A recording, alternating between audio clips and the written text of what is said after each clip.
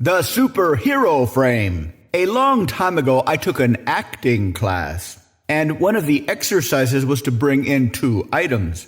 And each item had to have a story, but only one story was true. The game was to try to make both stories sound so believable that nobody could tell which was true and which wasn't. To be a highly skilled, in-demand actor, you've got to believe what you are saying. The difference between a heart-wrenching drama and a silly melodrama is both acting and writing. The writers have to make a believable story about how 2 people can fall in love and suffer emotional pain, but the actors have to sell it, often only with a slight shift in facial expressions. Actors that suck end up on soap operas. Actors that are really good make it into the big leagues. The actors that are really good get into a mind space where they believe what they are portraying. This is also how con artists can easily con people. First, they con themselves. So when they are telling their con story to their Marx, everybody, including the con artists, believe it. Groucho Marx said the following: "Sincerity is the most important thing there is. If you can fake that, you've got it made."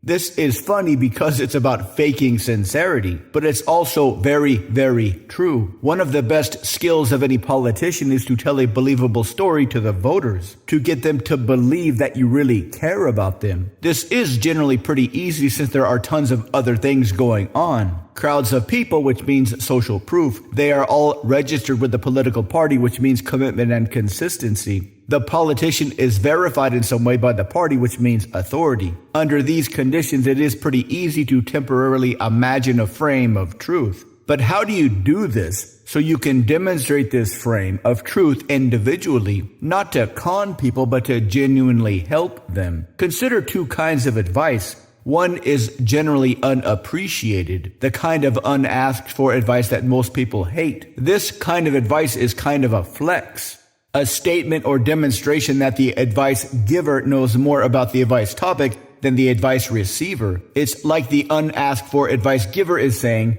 "Hey, you don't know me, but I am better than you with regards to what you're trying to do." On the other hand, there is a much more profound kind of advice, coming from a truly confident frame, a frame free from any ego energy, advice that is genuinely helpful, the kind that people remember. Kind of like in superhero movies. Somebody is in trouble, the hero swoops in and takes care of things, but they don't hang out and bask in the glory, they split. Build the right frame and be the hero.